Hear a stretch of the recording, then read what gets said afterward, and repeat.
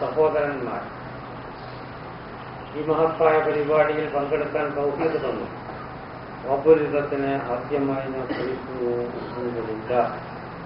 ഇതിന് കളമൊരുക്കിയ സംഘാടകരെയും പ്രവർത്തകരെയും സഹായികളെയും ഞാൻ അഭിനന്ദിക്കുകയും അല്ലാഹു തആല രണ്ടുവീട്ടിലും അവർക്ക് ഖൈർ പ്രദാനം ചെയ്യട്ടെ പ്രാർത്ഥിക്കുകയും ചെയ്യുന്നു. ഞാൻ ഓതിക്കേൾപ്പിച്ച ആയത്ത് പരിശുദ്ധ ഖുർആനിൽ ഏതാനും അവസാനം ഇറക്കപ്പെട്ട ആയത്ത്. അതിന്റെ ശേഷം വെറും ഒരു ആയത്ത് മാത്രമാണ് ഇറക്കപ്പെട്ടിട്ടുള്ളത്. ഈ ആയത്തിറങ്ങിയത് മഹാനായ നബി കരീം സല്ലല്ലാഹു അലൈഹി വസല്ലം തങ്ങൾ ഹജ്ജത്തുൽ വദാഇൽ അറഫയിൽ വെള്ളിയാഴ്ച സമ്മേളിച്ച സമയത്ത് അസർ നമസ്കാരത്തിന്റെ ശേഷം ഇറക്കപ്പെട്ട ആയത്ത്. ഈ ആയത്തിറങ്ങിയതിനു ശേഷം 80-ൽ പരം ദിവസങ്ങൾ മാത്രമാണ് ഈ ലോകത്ത് പുണ്യനബി ജീവിച്ചത്. ഇസ്ലാമിന്റെ എല്ലാ നിയമവും ഈ ആയത്തോടുകൂടെ പൂർത്തീകരിക്കപ്പെട്ടു. അതിന്റെ ശേഷം ഒരു നിയമവും ഇസ്ലാമിൽ വന്നിട്ടില്ല. ഇതിന്റെ ചുരുക്കാർത്ഥം അൽ യൗമ, ഇന്ന് പുണ്യനബി അറഫയിൽ സമ്മേളിച്ച ഈ സന്ദർഭത്തിൽ അക്മൽതു ലക്കും ദീനക്കും ആദം നബി അലൈഹിസ്സലാം മുതൽ തുടങ്ങിവെച്ച ദീൻ ഇന്നാണ് അതിനെ പൂർത്തീകരിച്ചത്. വഅത്മംതു അലൈക്കും നിഅമതി, എന്റെ നിഅമത്ത് നിങ്ങളെമേൽ ഞാൻ പരിപൂർണമാക്കിയിരിക്കുന്നു. വറദീതു ലക്കുമുൽ ഇസ്ലാമ ദീന, ദീനുൽ ഇസ്ലാം ദീനായി ഞാൻ നിങ്ങൾക്ക് തൃപ്തിപ്പെട്ടിരിക്കുന്നു എന്നാണ് ഈ ആയത്തിന്റെ ചുരുക്കം. ഈ മഹത്തായിരിക്കുന്ന ദീൻ 1.25 ലക്ഷത്തോളം അമ്പിയാക്കൾ അതിനു വേണ്ടി പ്രവർത്തിച്ചിട്ടുണ്ട്. പുണ്യനബിയുടെ വഫാത്തിന്റെ ശേഷം അമ്പിയാക്കന്മാരെ സേവനം ഈ ദീനിന് ഇനി ലഭ്യമല്ല. അതിന്റെ പ്രതിനിധിയായി പുണ്യനബി തന്നെ മുമ്പേ നിർദ്ദേശിക്കപ്പെട്ടത് ഉലമ, ഉമറ, ഈ 2 വിഭാഗത്തെയാണ്.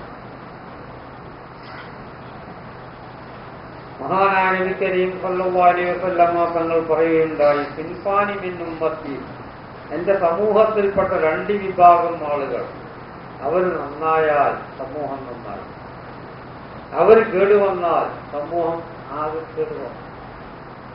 അൽ ഉലമാഉ വൽ ഉമറാ, ആ 2 വിഭാഗം, ഒന്ന് പണ്ഡിതന്മാരും ഉമറാക്കളുമാണ്.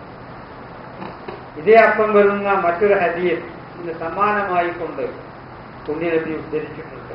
അതായത് ദേഹത്തിൽ ഒരു മാംസകഷ്ണമുണ്ട്, അത് നന്നായാൽ ദേഹം മാസകലം നന്നായി, അത് കേടുവന്നാൽ ദേഹം മാസകലം കേടുവന്നു.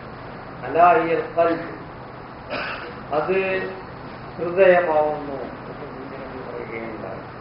ഈ 2 ഹദീസും കൂട്ടി ബന്ധിച്ച് നോക്കുമ്പോൾ സമുദായത്തിന്റെ ആർക്കായ ഭാഗമാണ് ഉലമാക്കൾ, ഉമറാക്കൾ.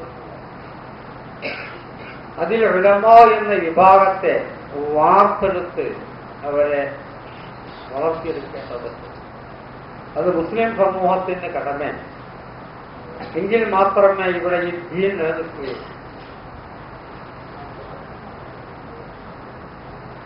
അൽ ഉലമാ വറസത്തുൽ അംബിയാ, അമ്പിയാക്കന്മാരുടെ അനന്തരാവാസികളാണ് ഉലമാക്കൾ. അൽ ഇൽമു ഹയാത്തുൽ ഇസ്ലാം, ഇസ്ലാമിന്റെ ജീവനാണ് അറിവ്.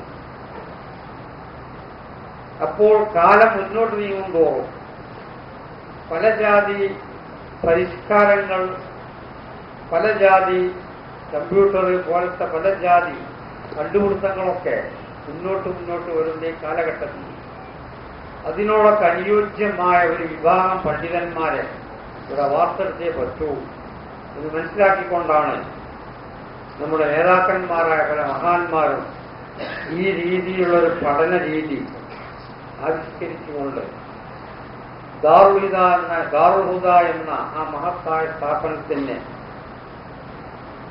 ശിലാസ്ഥാപനം നൽകി 25-ൽ പരം കൊല്ലത്തോളം അത് ഇന്ന് പ്രവർത്തിച്ചു വന്നു.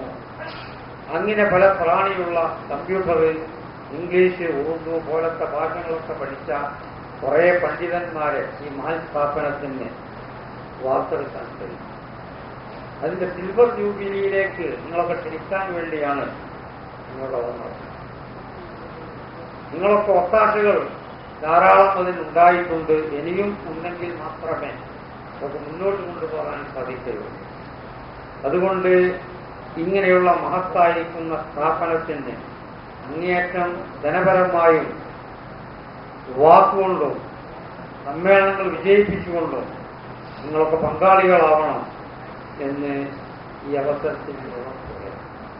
മറ്റൊരു വിഭാഗത്തെ പുണ്യനബി ഏൽപ്പിച്ചത് ഉമറാക്കളാണ്. നാട്ടിലുള്ള ഓരോ കാലഘട്ടത്തിലുള്ള പ്രധാനികൾ.